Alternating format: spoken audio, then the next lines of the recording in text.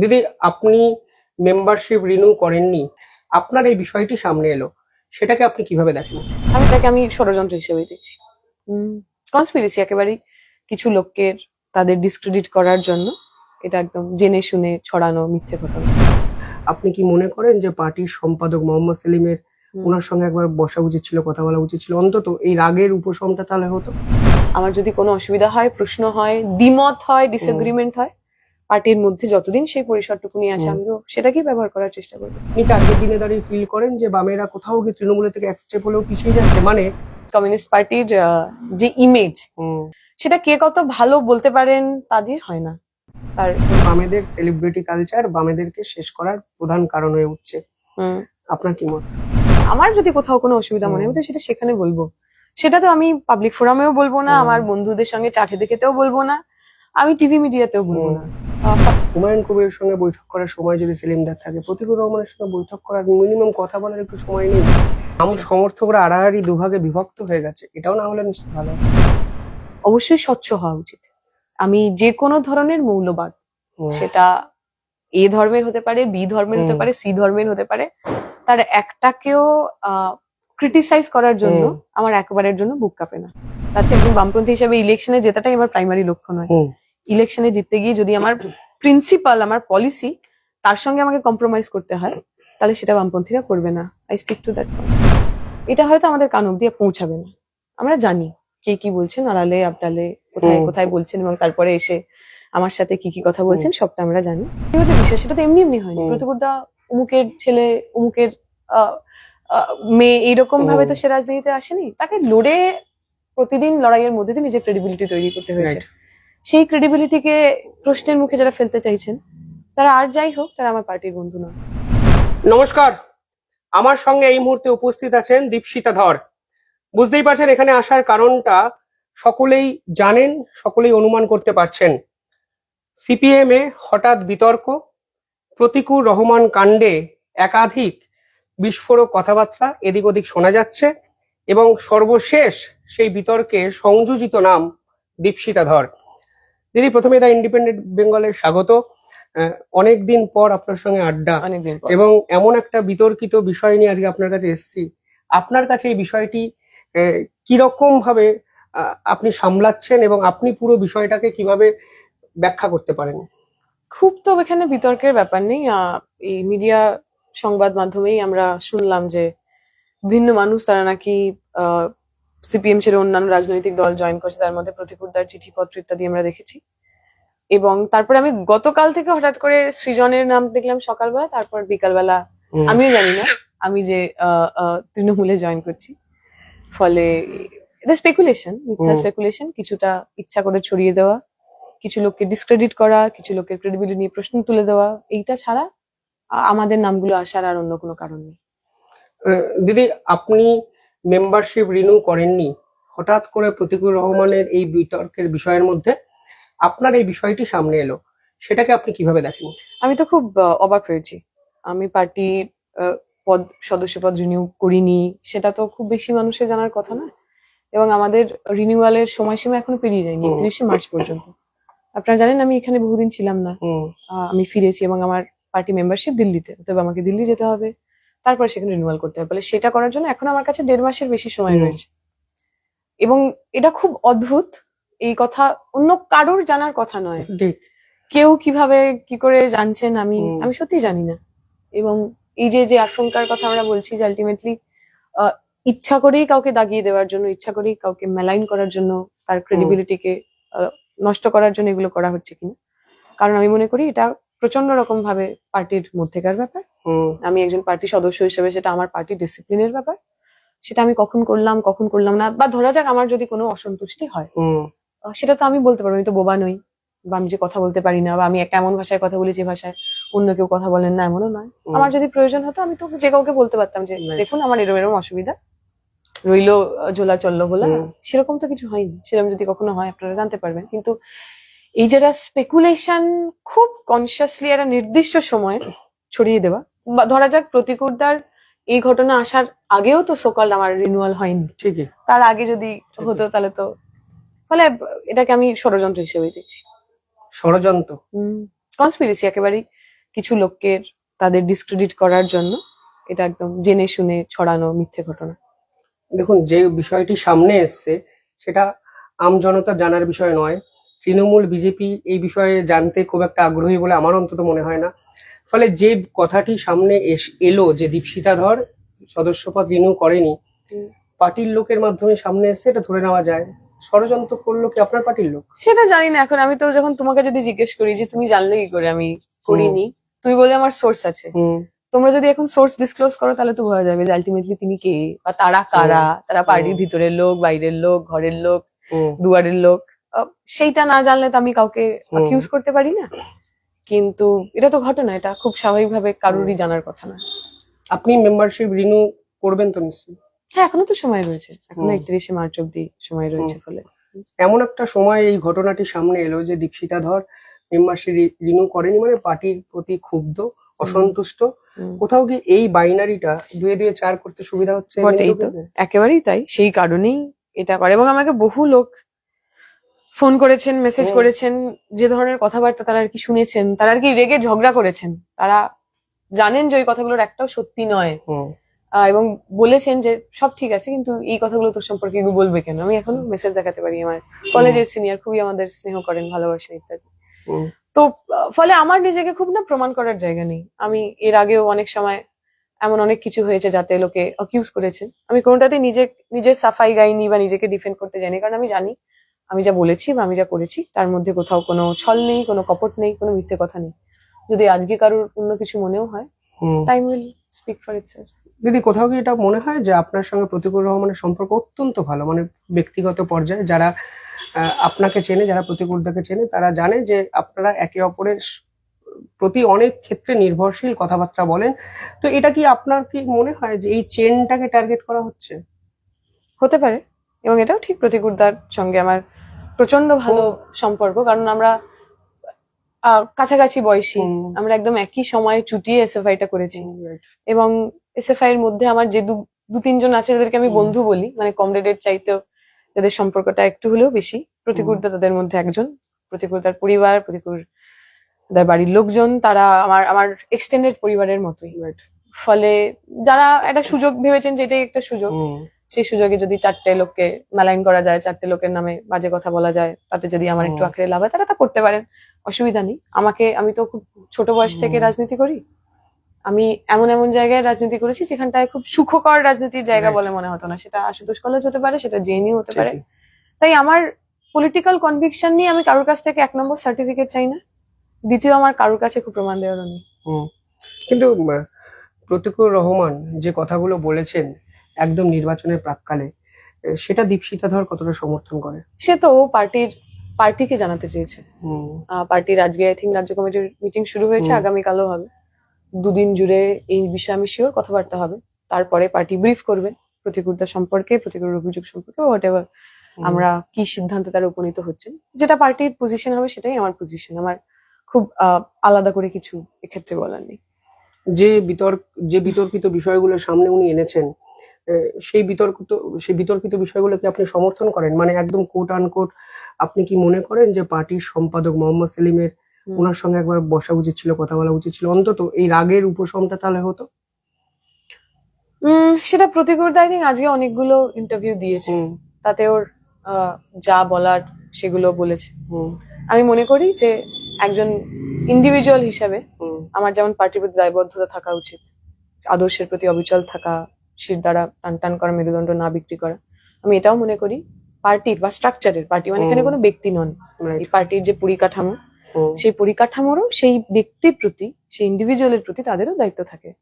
তাদের কোথাও কোনো সমস্যা হচ্ছে কিনা, মানসিক, শারীরিক, সামাজিক, তার দায়িত্বটাও নিতে হয়। এটা তো একটা মানে একটা খুব সিম্বায়োটিক প্রসেস। যেরকম ব্যক্তি প্রতিকূল যদি সিপিএম এ না আসতো কেউ চিনতো না, আবার এটাও ঘটনা প্রতিকূল নিজের জীবন দিয়ে, নিজের শ্রম দিয়ে, নিজের সময় দিয়ে পার্টির যে কাজ তাকেও তো অ্যাডভান্স করেছেন। এটা একটা পরিপূরক সিম্বায়োটিক সম্পর্ক। যদি আপনার কোনো বিষয়ে রাগ হয়, আপনি কি এক্সপেক্ট করবেন আপনার পার্টির সম্পাদক এই রাগটাকে অন্তত কথা বলে মেটানোর চেষ্টা করবেন? অন্তত আপনাদের প্রজন্মের রাজনীতিবিদদের এক্সপেকটেশনটা কি?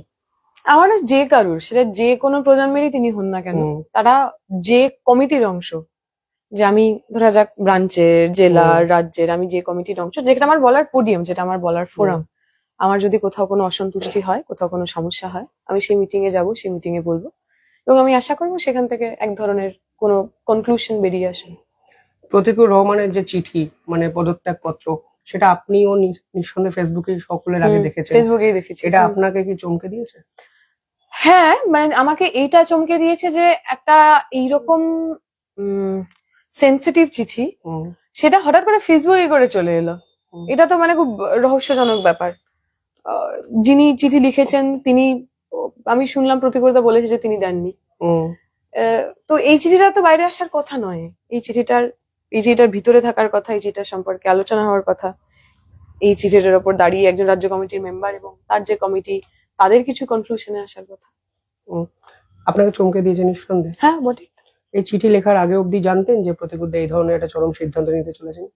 না, প্রতীকুরদার সঙ্গে আমার শেষ যখন কথা হয়েছে তখন ওর যে মেয়ে অরিজা, সে আর কি মাঝে মাঝেই প্রতীকুরদার ফোন থেকেই তার মাঝে বিভিন্ন দাবি থাকে, নানা গল্প করার থাকে।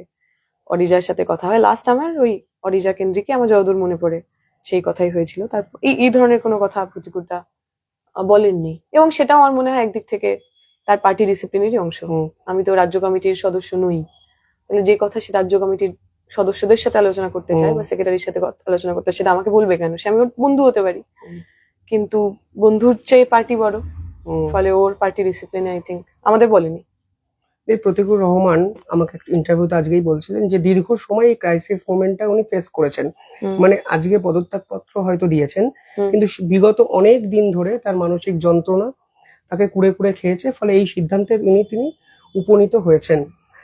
এটা আপনি জানতেন যে 2-3 মাস সে কাজ করতে পারেনি, ডায়মন্ড হারবারে তিনি কাজ করতে চেয়েছেন, কোনো জায়গায় তাকে ডাকা হয়নি, এই পার্টিকুলার বিষয়টি সম্পর্কে আপনি অবহিত?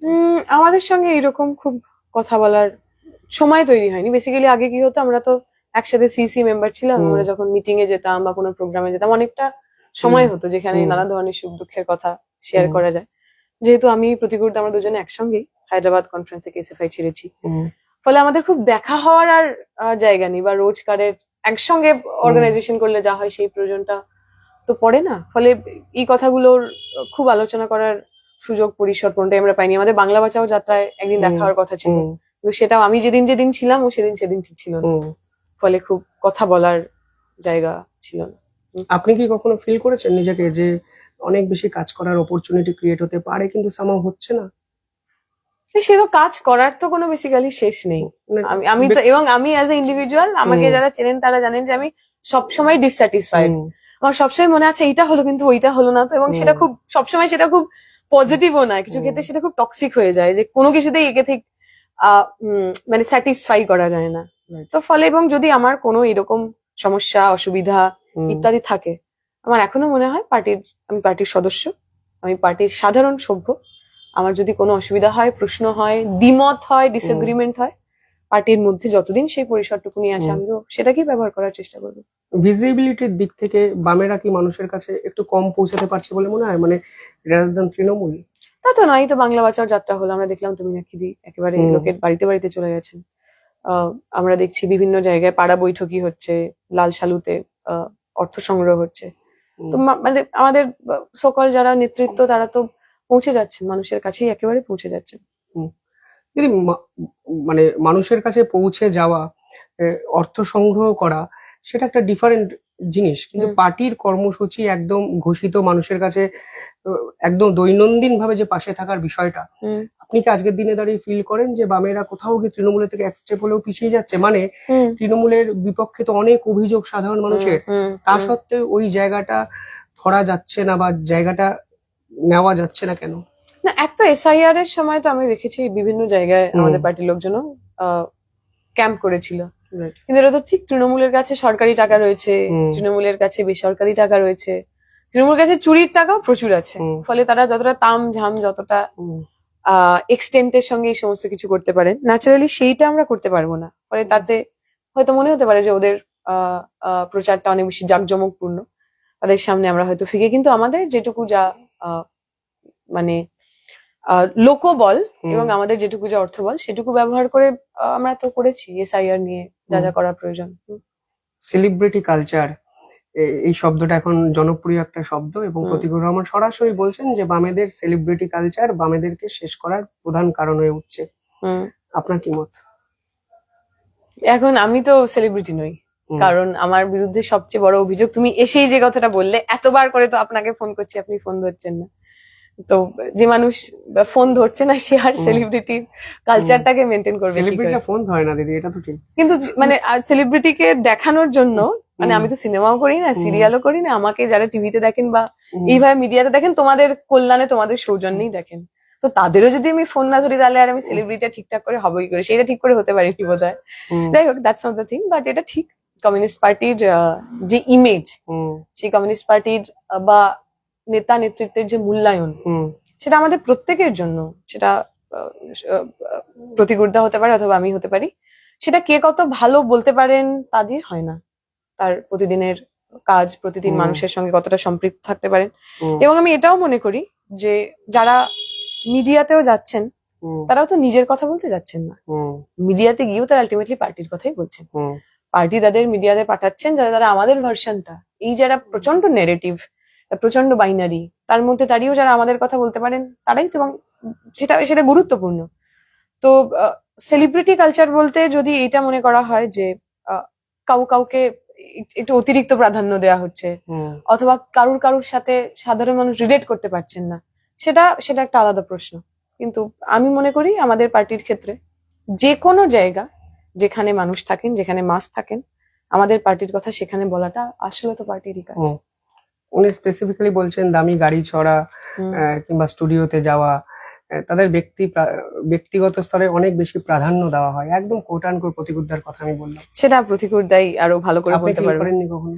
প্রতিকুরদার যদি কোনো মানে পার্টিকুলার ব্যক্তি তার সম্পর্কে বা কোনো অনেক 3-4 জন ব্যক্তি তাদের হুম, সম্পর্কে তার যদি কোনো ক্ষোভ থাকে, হুম, আই হোপ উনি বলবেন, অথবা আমি জানি না, সেটা হুম, একেবারেই ওনার ব্যক্তিগত মত। তবে আমি মনে করি আমাদের পার্টিতে 2011 সালের পর থেকে হুম, যারাই পার্টিতে এসেছেন এবং পার্টিতে দাঁত চেপে টিকে গেছেন, তারা পার্টির প্রতি কনভিকশন থেকেই, হুম, এই এই যে প্রলোভনের হাতছানি কাটছিল না।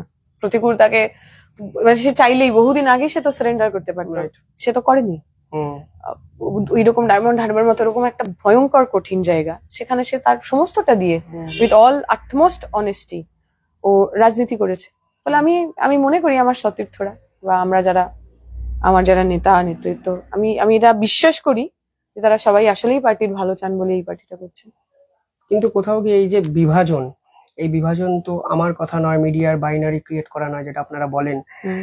এটা একদম আপনার পার্টির অভ্যন্তরীণ, আপনার কমরেড যার সঙ্গে আপনি কালকে লড়াই করেছেন, হুম।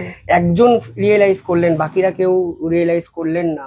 হুম। সেটা তো হতে পারে না দিদি, মানে কোথাও গিয়ে আপনি মানে ধরো আমার যদি পার্টির, আমি তোমাকে বললাম, আমার যদি পার্টির কোনো বিষয়ে কোনো দ্বিধা থাকে, কোনো দ্বন্দ্ব থাকে, কোনো ডিসএগ্রিমেন্ট থাকে, সেইটা বলার প্ল্যাটফর্ম তো এইটা নয়।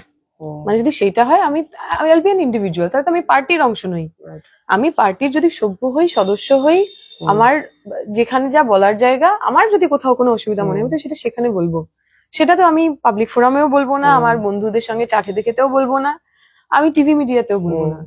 ফলে এবং প্রতিকূলতাও তো এখনই বলেছেন, তাই না? Right. তো ও একটা সিদ্ধান্ত নিয়েছে, আমি আশা করবো ও ফিরে আসবে। ওর যা দুঃখ কষ্ট মান অভিমান, যে অন্যায়ের কথা ওর মনে হয়েছে, সে সবগুলোকে বসে কথা বলে মিটিয়ে নিয়ে আলটিমেটলি আমাদের পার্টির ভীষণ ইম্পর্টেন্ট একজন মানুষ ছিলেন। আমি আমি আশা করবো আমরা অনেকে, বহু ছেলে মেয়ে, বহু সাধারণ মানুষ, তারা প্রতিকূলতাকে খুবই ভালোবাসেন, খুবই স্নেহ করেন এবং খুবই নেতার চোখে রাখেন। আমি আশা করবো যে প্রতিকূলতা সম্পর্কে এই প্রশ্নগুলোর আর খুব মূল্যহীন হয়ে যাবে। যদি আপনার মনে হয় না যে প্রতিকুর রহমান ডিজার্ভ বেটার, কারণ তাকে মেরে রেল লাইনের পাশে ফেলে দেওয়া হয়েছিল এবং ভেবেছিল মারা গেছে। অভিষেক ব্যানার্জির বিপক্ষে ডায়মন্ড হারবারে ক্যান্ডিডেট হওয়া, ভোট গণনার দিন আমার এখনো মনে আছে যেভাবে প্রতিকুদ্দা ভোট গণনার এই লুটের ব্যাপারটা রক্ষার চেষ্টা করছিলেন, সেখান থেকে যখন এই ধরনের ট্রিটমেন্ট তাকে শেষ অবস্থায় দেওয়া হয় বলে তিনি দাবি করেন, সেখানে মনে হয় না যে আরেকটু বেটার তিনি ডিজার্ভ করেন? আজকাল গত 2 দিন ধরে রাজ্য কমিটির মিটিং হবে, সেই রাজ্য কমিটির মিটিং আমি শিওর ওর যে কথাগুলো বলেছে, কারণ ও তো জেলা কমিটির মেম্বার ছিল, রাজ্য কমিটির মেম্বার ছিল, সেখানে যারা দায়িত্বে ছিলেন তারা কথা বলবেন পার্টির একটা কোনো ধরনের কনক্লুশন, একটা কোনো ধরনের ওপিনিয়ন আসবে, সেইটা আসার পর আই থিঙ্ক আমরা আরো বেশি পরিষ্কারভাবে বলতে পারবো।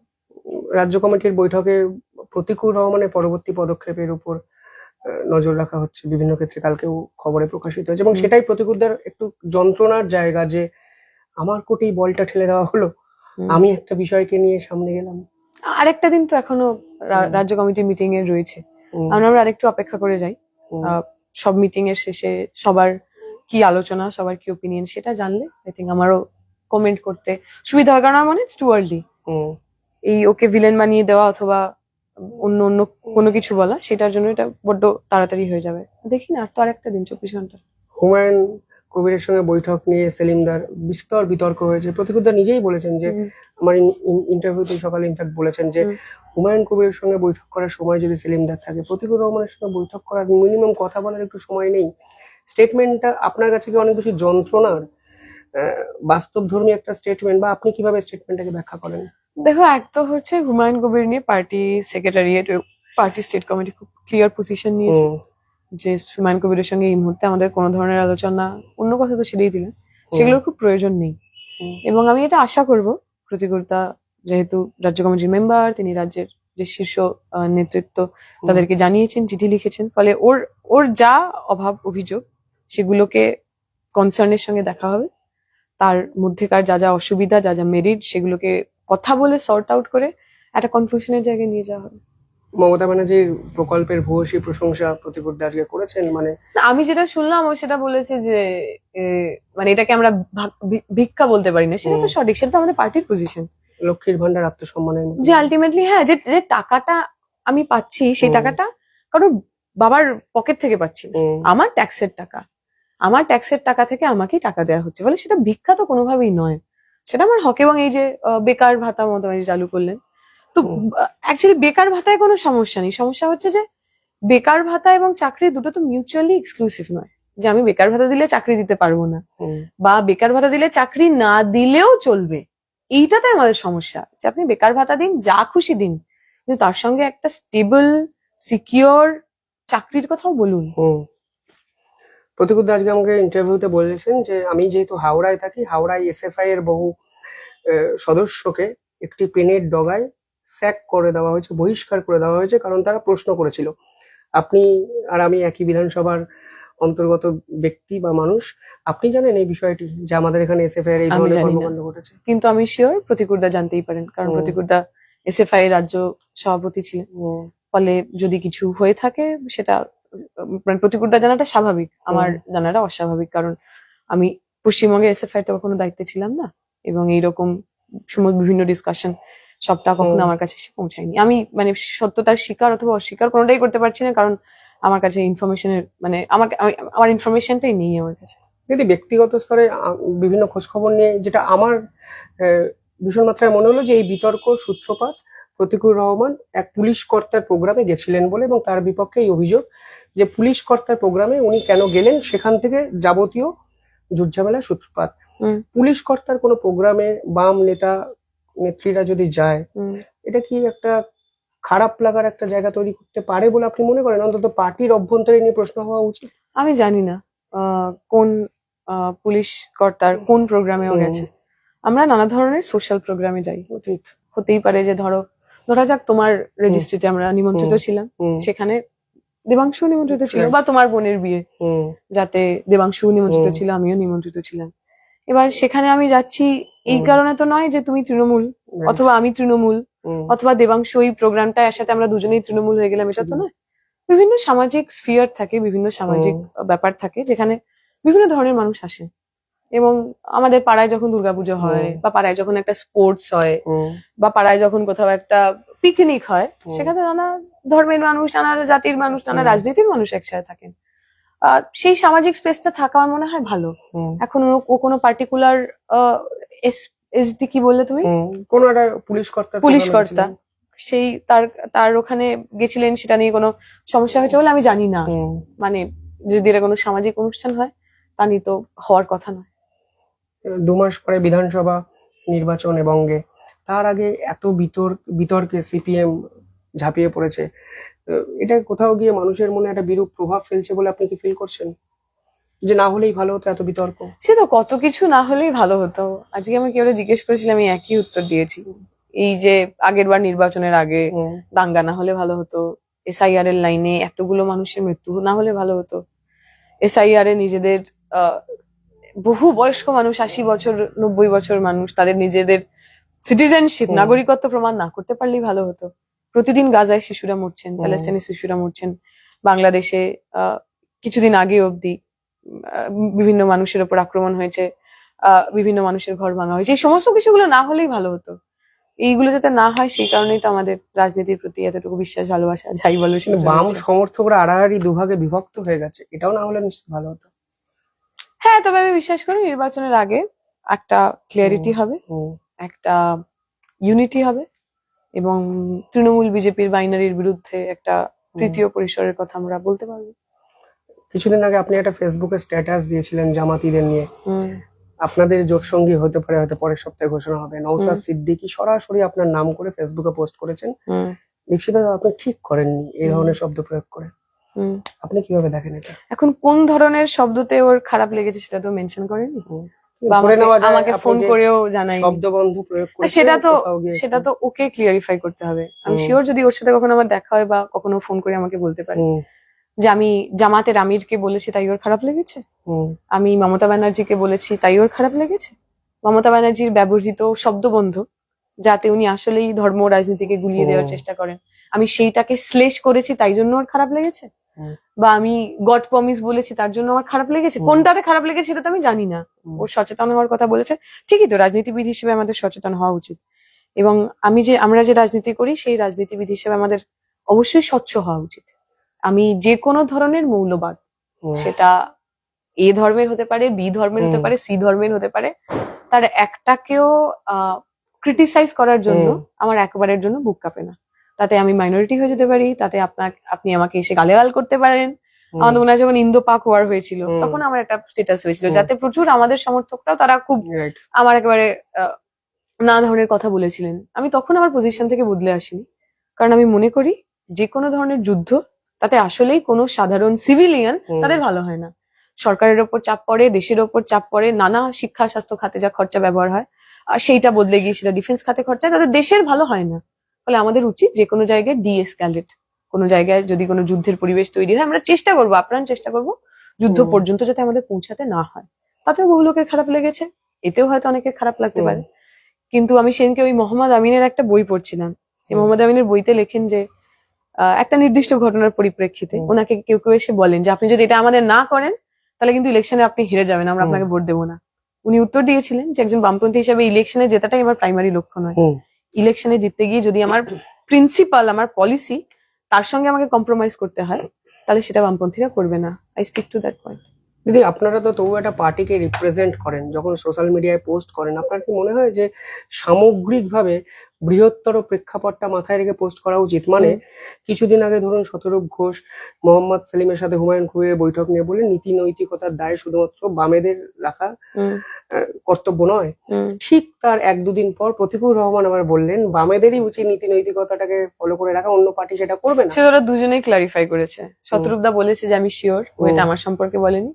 প্রতিকুর দাও বলেছে যে আমার শতরূপ দার সাথে খুবই ব্যক্তিগত ভালো সম্পর্ক, আমি একেবারেই ওটা মিন করে বলিনি, ওটা আমি স্বাভাবিকভাবে সাধারণভাবে আমাদের মনে করানোর জন্য বলেছি। মানে আমি আমার দুজন নেতার যে কথা সেই কথার সাথে সম্পূর্ণ রকম সহমত পোষণ করছি। না, আমার প্রশ্নটা হলো যখন আপনারা একটা পার্টিকে রিপ্রেজেন্ট করছেন এবং সোশ্যাল মিডিয়ায় কিছু পোস্ট করছেন, কোথাও গিয়ে আপনার মনে হয় অনেক বেশি আরো বৃহত্তর প্রেক্ষাপটটা মাথায় রেখে পোস্ট করা উচিত, ব্যক্তিগত কথাগুলো সোশ্যাল মিডিয়া একটু কম করা উচিত? মানে সাম্প্রতিক সময় অনেক বেশি বড় বিতর্ক তৈরি হচ্ছে এই কিছু ফেসবুক পোস্ট, এটা তো আপনি অস্বীকার করতে পারেন না। সেটা এখন দেখো ফেসবুকে না ওপিনিয়ন দেওয়া, ওপিনিয়ন তৈরি করা, ওপিনিয়ন ডিসকার্ড করা সবটাই খুব সহজ হয়ে গেছে।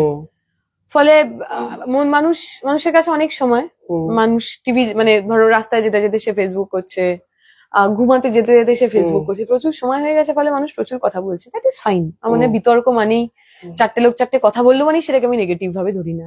মানুষ তো করবে, ডিবেট করবে, ডিসকাশন করবে, একে অপরের যুক্তি খণ্ডন করবে, এবং এমন কিছু এই সমস্ত আমরা বলি থিসিস, অ্যান্টিথিসিস এবং সিনথেসিস, তার মধ্যে থেকে এমন কিছু বার করে আনবেন যেটা হয়তো ভালো। যদি প্রতিকুর রহমানের এই এপিসোডে আপনাদের মতো নবীন প্রজন্মের রাজনীতিবিদরা কি একটু চাপে পড়েছে? না, চাপে পড়িনি, তবে এই যে একটা ক্যাম্পেইন, মিথ্যে কথার ক্যাম্পেইন, যে মেলাইন করার চেষ্টা, ক্রেডিবিলিটি লস করানোর চেষ্টা, এটাতে আমরা একটু সতর্ক হয়েছি। চোখ কান খোলা থাকছে তো, কে কোথায় কি কি বলছেন। তাদের অনেকের মনে হয়েছিল যে এই খবরগুলো, যদিও আমি বলছি, আমি কাউকে ফেসবুকে বলছি, আমি মেসেঞ্জারে বলছি, হোয়াটসঅ্যাপে বলছি, এটা হয়তো আমাদের কান অব্দি পৌঁছাবে না। আমরা জানি কে কি বলছেন, আড়ালে আবডালে কোথায় কোথায় বলছেন, এবং তারপরে এসে আমার সাথে কি কি কথা বলছেন, সবটা আমরা জানি। এটা একদিকে ভালো হয়েছে, অনেক মানুষের মুখোশ উন্মোচিত হয়েছে। নাও আই নো কারা আসলে পার্টির ভালো চান এবং কারা চান না। আপনি জানেন কে চিঠিটা বাইরে বার করেছে? না, সেটা যদি জানতে পারতাম খুবই খুবই ভালো হতো, কিন্তু সেটাও যেমন জানি না, আবার আমি যে রিনিউ করছি না সেটাও কোথা থেকে জানবো সেটাও আমরা জানি না।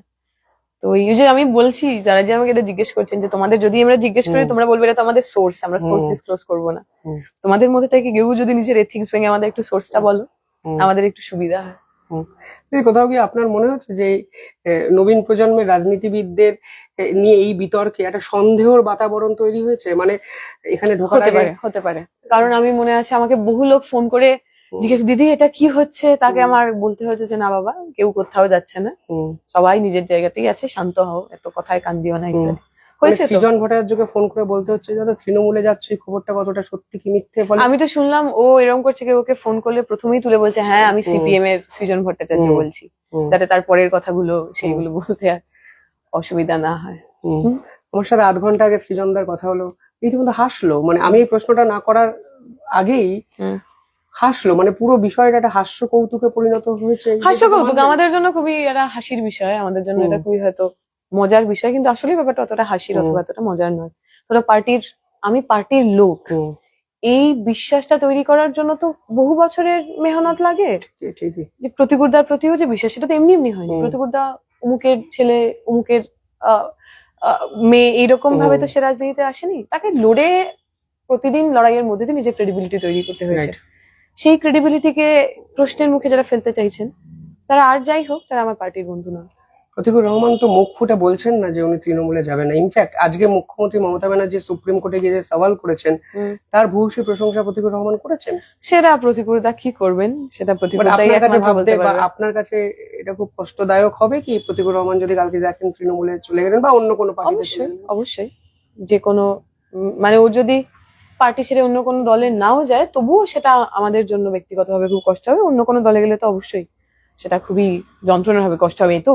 এটা মানে লুকানোর, এটাকে সাবলাইম করে বলার তো কোনো জায়গা নেই। আপনার সাথে এই ঘটনার পর প্রতিকুরদার কথা হয়েছে? আমরা চেষ্টা করেছিলাম কথা বলার, কিন্তু আমি বুঝতে পারছি প্রচুর ব্যস্ত রয়েছে, প্রচুর লোকে ফোন করছে। আজকে বিকালবেলা সাংবাদিকরা বললেন, তখন ফোন করলাম, তখনও ফোন আইদার সুইচ অফ ছিল অথবা কানেক্ট করা যাচ্ছিল না।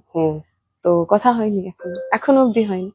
শেষ প্রশ্ন, এই যে নামগুলো মার্কেটে এসেছে, দীপশিতা ধর, সৃজন ভট্টাচার্য, আমি দেখলাম সায়ন ব্যানার্জি হঠাৎ করে দলের বিপক্ষে বিস্ফোরক, দলত্যাগী হতে চলেছেন, তৃণমূলের পথে যেতে চলেছেন। এই যে বিষয়গুলো নিয়ে এত আলোচনা হচ্ছে, সমালোচনা হচ্ছে, তর্ক বিতর্ক তৈরি হয়েছে, অন্তত বাম সমর্থকদের উদ্দেশ্যে দীপশিতা ধরের লাইভে বার্তা কি থাকবে? আমি তো বলবো, অনেকদিন পর টিভিতে তৃণমূল, বিজেপি, হিন্দু, মুসলমান, বাবরি মসজিদ, অমুক মন্দির তমুক মন্দিরের পরিবর্তে বামেদের নিয়ে কথা হচ্ছে, নীতি নৈতিকতা নিয়ে কথা হচ্ছে, আদর্শ নিয়ে কথা হচ্ছে, যে শব্দগুলো মোটামুটি পশ্চিমবঙ্গের রাজনীতিতে অবসলিট হয়ে গেছিল, বিলুপ্ত প্রায় হয়ে গেছিল। সিপিএম এর একজন তরুণ তুর্কি নেতা রেজিগনেশনে যে সেই কথাগুলো আবার ডিবেটে ফিরে এসছে, এটা তো একটা মানে ইটস আ ব্লেসিং। এবং যে মানুষ আমাদের দেখছেন, আমি বলবো যে কমরেডদের উপর ভরসা রাখুন। যে কমরেডরা মার খেয়েছেন, যে কমরেডরা কোনো কিছুর আশা আকাঙ্ক্ষা সমস্ত কিছু ত্যাগ করে পার্টিতে থেকেছেন, পার্টিকে বাঁচিয়েছেন, পার্টিকে আগলে রেখেছেন, তাদের উপর ভরসা রাখুন, বিশ্বাস রাখুন। চিকু চ্যাটার্জি উনি এখানে কমেন্ট করেছেন, দীপশিতার কথায় কনফিডেন্স পাচ্ছি। এখানে অনেকে কমেন্ট করেছেন, আমি সবটা পড়া সম্ভব হবে না। বিভিন্ন ক্ষেত্রে এখানে দীপশিতা ধরের কে নিয়ে অনেক প্রশ্ন করেছেন। যাই হোক, আমার মনে হয় উনি সব প্রশ্নের উত্তর দিয়েছেন। তবে আরো একটা বিষয়, রাজ্য কমিটির বৈঠক শেষ হওয়ার পর 10 মিনিটের মধ্যে কুণাল ঘোষ জানতে পারেন। আপনি জানতে পারেন কি? না, আমাদের তো অপেক্ষা করতে হয় যখন মিটিং শেষ হবে, তারপর প্রেস ব্রিফিং হবে, সেই প্রেস ব্রিফিং এর মধ্যে দিয়ে জানা যাবে কি আলোচনা হলো ইত্যাদি। তবে কুণাল ঘোষ বড্ড মিথ্যে কথা বলে। ওনার কথা উনি আজকে হয়তো বললেন, উনি আজকে বললেন মমতা ব্যানার্জি সারদার সবচেয়ে বড় বেনিফিশিয়ারি, পরে গিয়ে তার দলেরই উনি রাজনৈতিক মুখপত্র হয়ে গেলেন। ফলে ওনার কথা কতটা ভরসা করা যায়, বিশ্বাস করা যায়, সেটাও একটা আলাদা ব্যাপার। কিন্তু এই যে এত বড় কথা উনি বললেন, মানে এটা খুব করে অপমানের, এটা একেবারে Right. মানে খুবই অস্বস্তিকর, খুবই গা আপনার ঘিন ঘিন পার্টির করা। পক্ষ থেকে কোনো স্টেটমেন্ট কিন্তু সে অর্থে আসেনি, মানে রাজ্য কমিটির কথা 10 মিনিটে উনি আই জানাতে হোপ, পারলেন, আই হোপ এরপরে যখন অফিসিয়াল কোনো এরপরে যখন প্রতিবাদপত্র এখনো এলো না। কথা বলবেন, কমরেডরা যখন প্রেস ব্রিফ করবেন, আই হোপ এই পয়েন্টটা তারা ছুঁয়ে যাবেন। যদি উনি এমন কোনো বড় মানুষ না যে ওনার জন্য আলাদা করে স্টেটমেন্ট দিতে হবে, সেটা হলে ওনার প্রতি একটু বেশি Right. গুরুত্ব দেওয়া হয়ে যেত। কিন্তু উনি একটা কথা বলেছেন, সেই কথাটা অবশ্যই রিফিউট করা উচিত, ডিবাঙ্ক করা উচিত অবশ্যই। আপনি বিশ্বাস করেন প্রতিকুর রহমান তৃণমূলে যেতে পারেন? মানে কালকে সকালে হঠাৎ করে শুনলেন প্রতিকুর রহমান। আমি যে প্রতিকুর দাকে চিনি, আমরা যে প্রতিকুর দাকে দেখেছি, আমি বিশ্বাস করিনি এরকম কিছু হতে পারে। আমি এখনো মনে প্রাণে চাই, যেরকম আপনার এখানে যারা লিখছেন তাদের মতোই আমি চাই প্রতিকুর দা বামপন্থায় থাকবেন, প্রতিকুর দা আমাদের সঙ্গে থাকবেন। দীপশিতা ধর বলছেন প্রতিকুর দা বামপন্থায় থাকবেন, তা তিনি বিশ্বাস করেন। কমেন্টে একজন লিখেছেন প্রতিকুর রহমান এখন আইপ্যাকের অফিসে বসে মিটিং করছেন। আমি ইন্টারভিউ নিচ্ছি, সত্যতা কতটা আছে আমি জানি না, তবে কালকে সকালে যদি প্রতিকুর রহমান তৃণমূলে জয়েন করেন সব থেকে বেশি কষ্টটি পাবেন দীপশিতা ধর, তা তিনি লাইভে বলেছেন। এবং আমার দৃঢ় বিশ্বাস অনেক বামপন্থী সমর্থকরাও প্রতিকুর দার এই দলবদলের ঘটনাটা যদি সত্যি হয় অনেক বেশি দুঃখ পাবেন। সব থেকে ইম্পর্টেন্ট বিষয়, আগামী 2 মাস পর হাই ভোল্টেজ বিধানসভা নির্বাচন। সেই নির্বাচনের আগে প্রতিকুর রহমানের এই কাণ্ড নিঃসন্দেহে অস্বস্তিতে ফেলেছে বাম নেতা নেত্রীদের এবং ধন্দে ফেলেছে বাম সমর্থকদের। অসংখ্য ধন্যবাদ দীপশিতাদি, ধন্যবাদ আপনাদেরও। দেখতে থাকুন দ্য ইন্ডিপেন্ডেন্ট বেঙ্গল। ধন্যবাদ।